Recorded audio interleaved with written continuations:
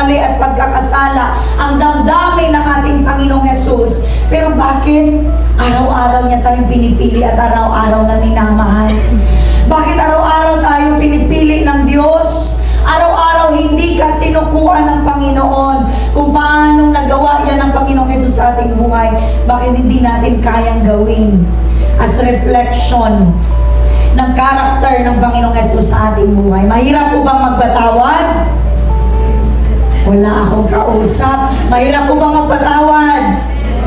Alam mo, ang pagpapatawad, alam ko pong hindi madali. Totoo yan.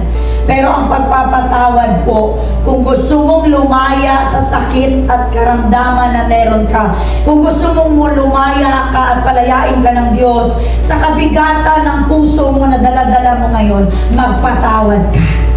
Let go and let God. Amen. Sabi mo sa tabi mo, let go and let God.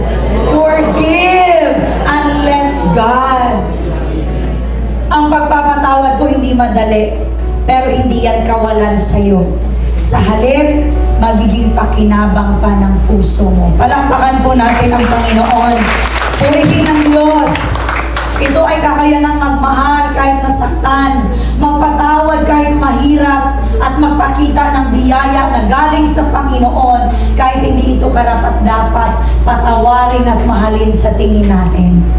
Sa ating pong mga buhay, wala tayong makitang rason kung bakit mamahalin at patawarin tayo ng Diyos. Pero kahit hindi tayo karapat-dapat, minahal ka ng Panginoon. Tayong lahat.